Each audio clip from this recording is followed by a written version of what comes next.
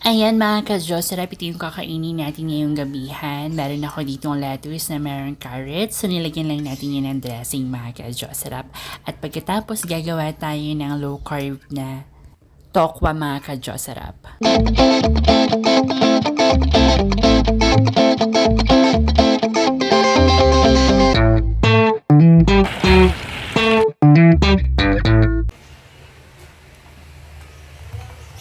At meron din akong pipino dito na kakainin. Isasama ko rin siya sa dinner ko ngayon. Ayan, hiniwa ko na nga yung pipino at nilagyan ko ng sibuyas. Siyempre, maglalagay din tayo dito ng powder na paminta. Depende na sa inyo kung gaano karami. At meron ako ditong olive oil. Mauubos na nga yung olive oil ko. Pangalawang bili ko na ito mga ka-Diyos. Sarap. Para naman yung kakainin natin ngayong araw na ito is healthy.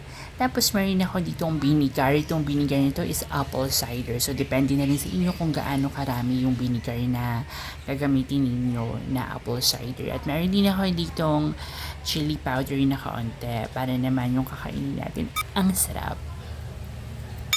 Okay mga ka-Diyos, sarap, perfect na perfect.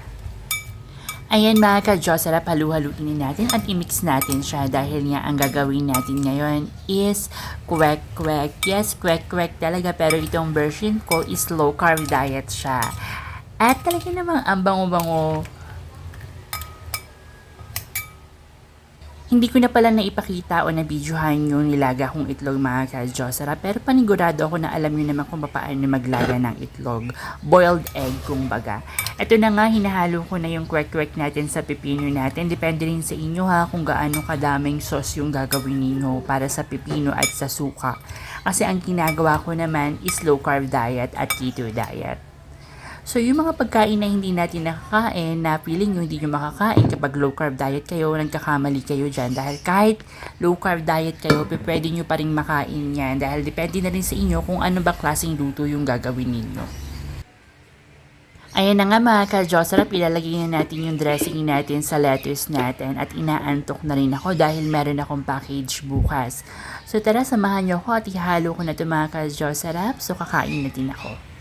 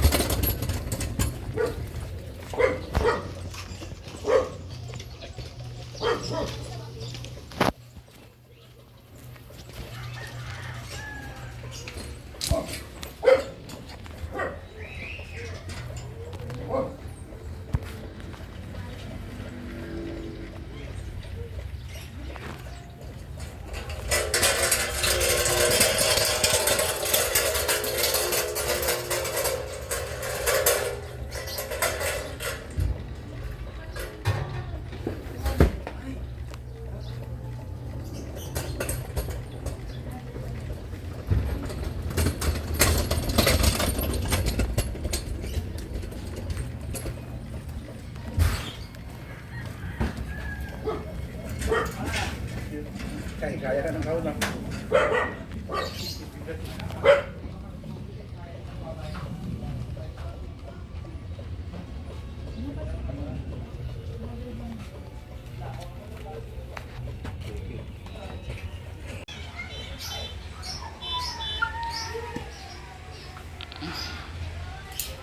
Mga ka-Diyos, sarap, bubuksan natin itong package na dumating. Mag-unboxing box tayo.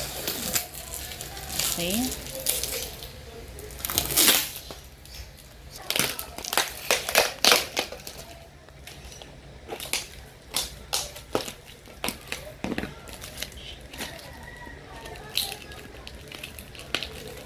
Medyo mahirap siyang buksan. Kasi super tape talaga. Tibay ng tape ng ABC.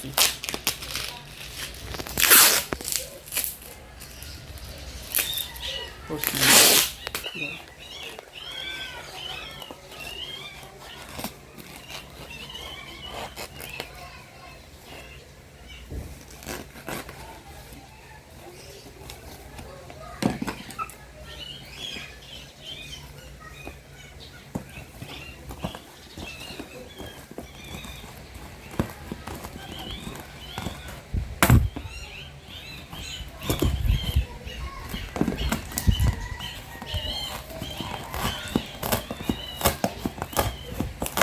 Toast. Ito.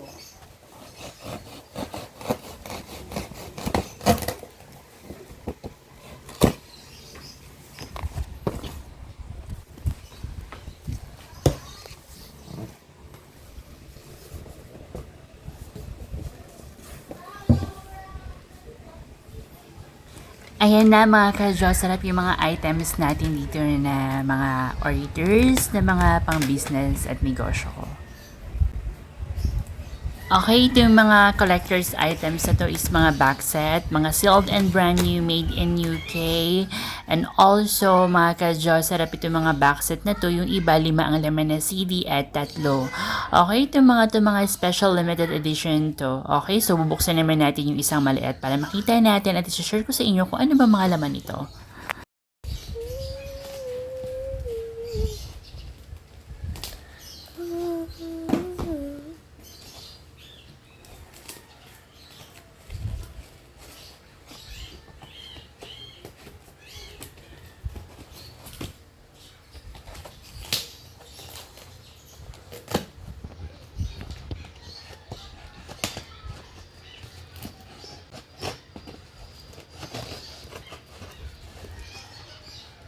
Bakit parang nabuksan dyan na double tape?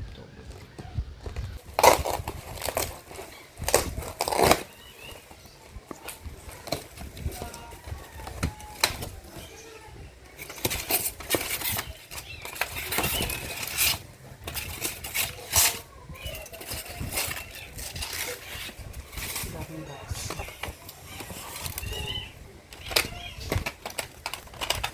Mga basa. Taas ko. Okay, so meron tayong vinyl dito ng Carpenters at ng The Bread. Carpenters and The Bread. Okay.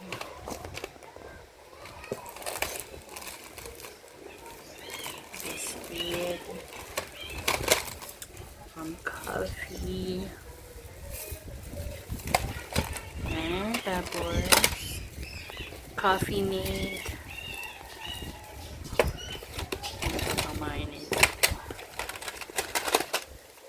Coffee.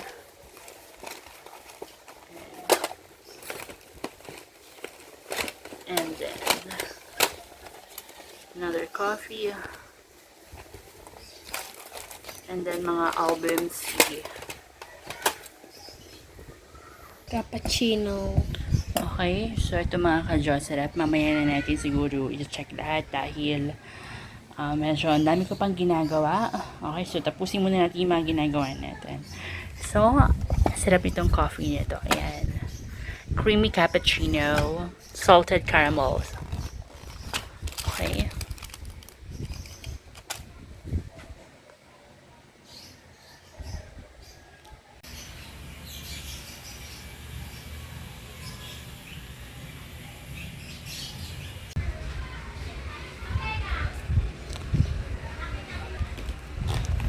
Ayan mga ka-Diyos, sarap. So, mag-unboxing box na tayo ng package na dumating. So, mga sealed and brand new, made in UK, mga rare and hard to find. Especially, marami dito mga box set. Yan, ito katulad nito, 3Ds. Ito namang isa is 5Ds, mga ka-Diyos, sarap. Mga various artists. So, nandito si Cliff Richard, Elvis Presley, Winter Wonderland, and many more, guys. So, let's find out. Go.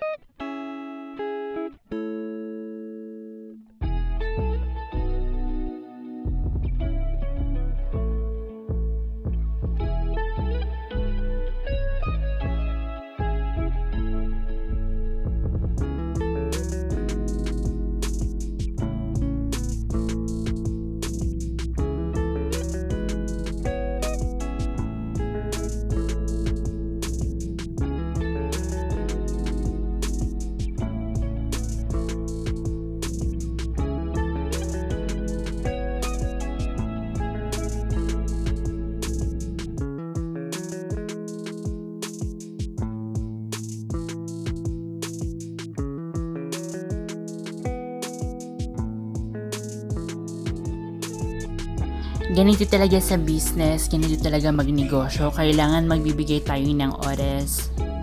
Dito natin malalaman kung sino ba yung mga taong susuporta sa atin, yung mga taong tutulong sa atin. Dito rin natin mararanasan sumugal kung papaano ba yung business na gusto natin at yung negosyo na alam natin na papatok. At importante sa lahat, dapat mahilig tayo sa kung ano man yung ginagawa natin.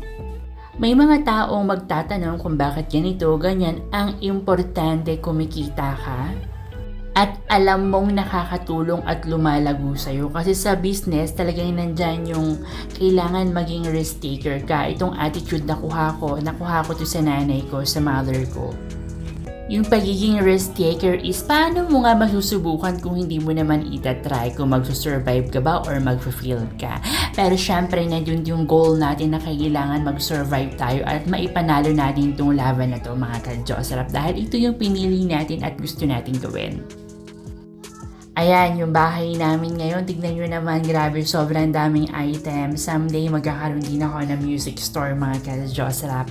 Kaya naman, supportahan nyo ang aking mga pages, collectible pop-up shop page. Okay, ayan mga ka-Jocerap, nakikita nyo yung mga albums na to, mga ang gaganda, mga collector's items. At hanggang ngayon, hindi pa rin ako tapos mag-unboxing.